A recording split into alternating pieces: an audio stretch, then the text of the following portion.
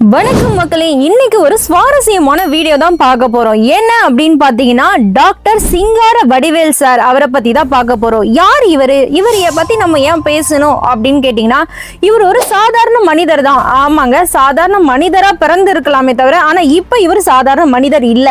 இவர் வந்து 2 wheeler BMW bike மூலமா 64வது கண்ட்ரியா குவைத்துக்கு வந்திருக்காருங்க. ஸோ பாருங்க, அவரோட வயசு என்ன வயசா இருக்கும். இந்த வயசுல 64வது கண்ட்ரிங்க 64வது கண்ட்ரியை கடந்து வந்திருக்காரு. 37 ஆப்பிரிக்கன் கண்ட்ரியெல்லாம் தாண்டி இப்போ 64வது கண்ட்ரியா குவைத்துக்கு வந்திருக்காரு. இவர் ஒரு சாதாரண மனிதர் இல்லைங்க. இவர் வந்து சிலிகான் வேலி technologist, scientist, mentor, author, next இப்போ பைக்கரும் கூடங்க. ஸோ எதுக்காக இவர் இந்த சாதனையை பண்ணிட்டு இருக்காரு இந்த வயசுல அப்படின்றத பத்தி ஃபுல் வீடியோல பார்க்கலாம். ஸோ நாங்கள் நேரில் அவர் பேசுறத கேட்டவுடனே எங்களுக்கே கூஸ் பம்ப்ஸ் வந்துருச்சுங்க. ஸோ அந்த அளவுக்கு ஒரு ரியாலிட்டியா ஒரு மனுஷன் வந்து எப்படி அவர் இந்த அளவுக்கு அச்சீவ் பண்ணாரு அப்படின்றத நேர்லயே அவர் பேசுறத நம்ம கேட்கும்போது அவ்வளோ சுவாரஸ்யமான விஷயங்கள்லாம் இருந்தது. ஸோ அதெல்லாம் வந்து நம்ம லைஃப்க்கு வந்து ஒரு ரோல் மாடலாக நம்ம எடுத்துட்டு நம்மளும் லைஃப்ல அச்சீவ் பண்றதுக்கான நிறைய விஷயங்கள் அவர் ஷேர் பண்ணாருங்க.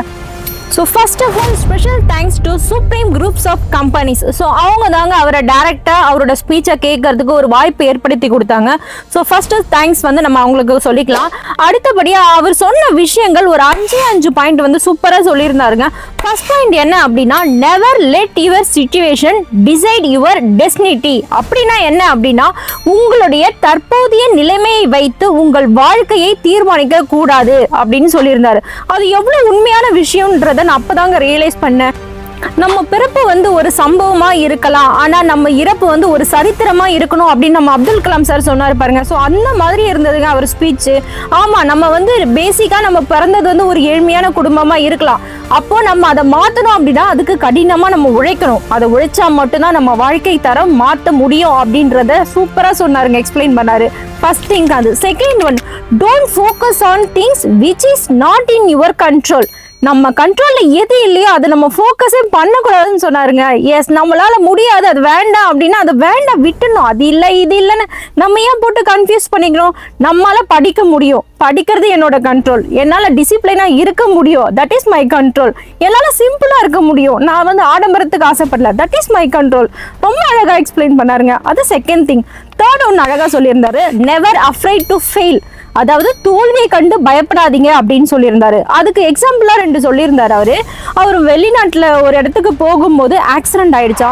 ஸோ அப்போ வந்து அவரோட ரைட் ஷோல்டர்ல அடிபட்டு ஃப்ராக்சர் ஆகி 2 வாரம் வந்து கட்டெல்லாம் போட்டுட்டு இருந்தாராம். ஸோ அப்பவே என்னால் முடியல அப்படின்னு அவர் ஸ்கிப் பண்ணிட்டு இருந்தாருன்னா அவரால் இந்த அளவுக்கு அச்சீவ் பண்ணியிருக்க முடியாதுன்னு சொல்லியிருந்தாரு. அப்புறம் ஆக்சிடென்ட்ல கண்ணு கூட தெரியாம ஒரு 3 வாரம் வந்து அட்மிட் பண்ணியிருந்தாங்களாம். நிறைய நேரத்தில் வந்து மரணத்தையும் தொட்டுட்டு வந்துட்டேன் அப்படின்னு கூட சொல்லியிருந்தாரு. ஸோ அந்த மாதிரி தருணத்தெல்லாம் அவர் என்னால் முடியல போதும் அப்படின்னு கூட ஸ்டாப் பண்ணியிருக்கலாம். ஆனால் அது இல்லை, நான் இன்னும் நிறைய அச்சீவ் பண்ணணும் தன்னம்பிக்கையோடு எழுந்து வந்தாரு பாருங்க. அதங்க தாங்க அவர் நிற்கிறாரு. ரியலி வெரி கிரேட்ங்க. So that is third one.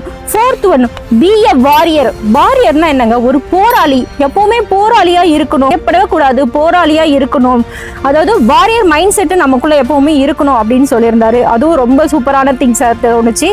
Next fifth one, never forget root you come from. நம்ம எங்க இருந்து வந்தோம் அப்படின்றத மறக்கவே கூடாதுங்க. நம்ம எந்த உயரத்துக்கு போனாலும் சரி, நம்ம கிட்ட நிறைய காசு சம்பாதிச்சிட்டோம் அப்படின்னு வந்ததுக்கு அப்புறம் நிறைய கார் வாங்குறது, நிறைய ட்ரெஸ் வாங்குறது, அந்த மாதிரிலாம் இல்லாம எப்பவுமே சிம்பிளா இருந்தா நம்ம நல்லா இருப்போம் லைஃப்ல அப்படின்னு சொன்னார். அவர்கிட்ட உள்ளதே அவங்க பாருங்க. அவர் பாருங்க எவ்வளவு கேஷ்ல இருக்காங்க. அவர் பெரிய ஒன்றும் காஸ்ட்லியான டிஷர்ட்டோ காஸ்ட்லியான பேண்டோ அந்த மாதிரி எந்த ஒரு ஆடம்பரத்துக்கும் அவர் ஆசைப்பட்டதே இல்லையாங்க. அவர்கிட்ட இருக்கிறதே 2 டிஷர்ட் 2 பேண்ட் தானா. ஸோ அவர் எப்படி பிறந்தாரு வளர்ந்தாரு, அவர்கிட்ட பாலிடெக்னிக்கல் போகும்போது மட்டும்தான் அவருக்கு ஃபுல் பேண்டே போட ஆரம்பிச்சாராம். அதுவும் காலேஜில் ஆஃப் பேண்ட் அலௌடு இல்லைன்னு சொன்னதுக்கு அப்புறம் தான் அந்த ஃபுல் பேண்ட்டே, அதுவும் அவங்க அப்பா வேலை செய்கிற இடத்துல பழைய பேண்ட்டு தான் வாங்கி போட்டாங்களாம்.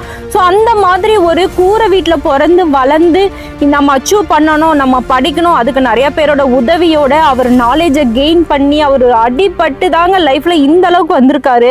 ஸோ அவர் பாருங்க, சாதாரணமாக அவர் வந்து நான் கேட்டேன், சார் உங்களுக்கு எத்தனை லாங்குவேஜ் தெரியும் சார்ன்னு கேட்டேன். லாங்குவேஜ் இஸ் நாட் ஏ மேட்டர்மா அப்படின்னு சொன்னார். ரொம்ப நல்லா பேசியிருந்தாரு பாருங்க. ஒரு டாக்டரேட் அவார்டு வாங்கியிருக்காரு, சயின்டிஸ்ட், மென்டர், ஆத்தர், ஆலோசகர். இப்போ இவர் வந்து ஒரு ரோல் மாடலாக இருக்காரு. ஆல்மோஸ்ட் இப்போ 60 வயசு கிட்ட ஆகி கூட என்னோட அச்சீவ்மெண்ட் இன்னும் முடியல, எனக்கு கோலே இல்லை, but I have to do நான் பண்ணிட்டே தான் இருப்பேன் அப்படின்னு சொல்றாரு. அந்த கான்ஃபிடென்ட் இருக்கு பாருங்க, அந்த எளிமை இருக்கு பாருங்க, அது கண்டிப்பா நம்ம எல்லாருக்குள்ளேயும் இருக்கணுங்க. ஸோ ரொம்ப சந்தோஷம் இந்த வாய்ப்பை ஏற்படுத்தி கொடுத்த சுப்ரீம் குரூப்ஸ் ஆஃப் கம்பெனிஸ்க்கு ரொம்ப ரொம்ப ரொம்ப தேங்க்யூ. Thanks lot.